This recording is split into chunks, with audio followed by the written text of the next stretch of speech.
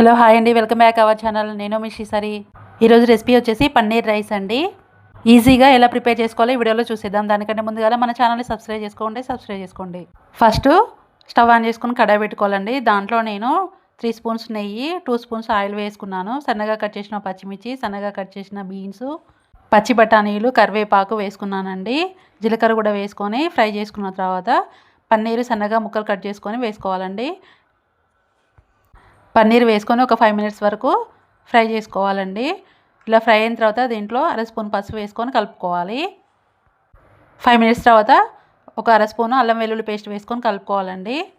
అల్లం స్మెల్ అనేది పోయేంత వరకు ఫ్రై చేసుకోవాలి. నెక్స్ట్ ఒక అర స్పూను కారము, ఒక స్పూను సాల్టు, అర స్పూను గరం మసాలా, ఒక స్పూను ధనియాల పౌడరు, కొత్తిమీర, పుదీనా తరుగు కూడా వేసుకొని కలుపుకోవాలండి.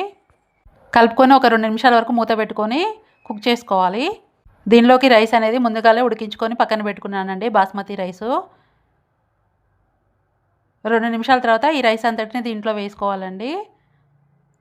పన్నీర్ కర్రీలో వేసుకొని పైన ఒక అర స్పూను సాల్ట్ అనేది వేసుకోవాలండి. ఇదంతటిని గడ్డతోటి కలుపుకోవాలి. మొత్తం కర్రీ అంతా రైస్లోకి కలిసే విధంగా కలుపుకోవాలండి. అంతేనండి, టేస్టీ అయినటువంటి పన్నీర్ రైస్ అనేది రెడీ అయిపోయింది. ఒక 2 మినిట్స్ వరకు దీని మీద మూత పెట్టుకొని కుక్ చేసుకోవాలి. నెక్స్ట్ స్టవ్ అనేది ఆఫ్ చేసుకున్నాక ఒక 10 మినిట్స్ తర్వాత సర్వ్ చేసుకోవడమేనండి. టేస్టీ పన్నీర్ రైస్ అనేది రెడీ అయిపోయిందండి. ఇది పిల్లల లంచ్ బాక్స్లో కానీ చాలా అంటే చాలా టేస్టీగా ఉంటుంది.